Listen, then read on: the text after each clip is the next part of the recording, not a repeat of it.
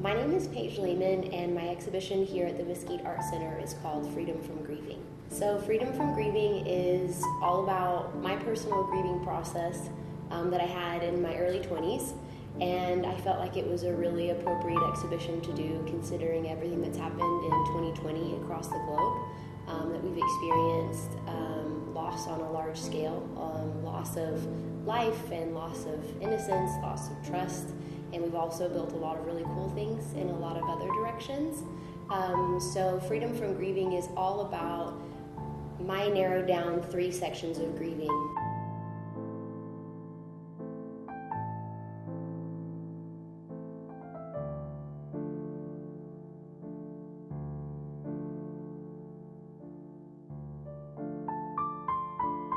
There's the unknown, which is the part that you don't know exactly what you're grieving or exactly how you're going to go through it, or maybe even exactly what you've lost, and how to get through that. The second section is about the explosion, or that's what I call it. It's the realization and a lot of things open during that time.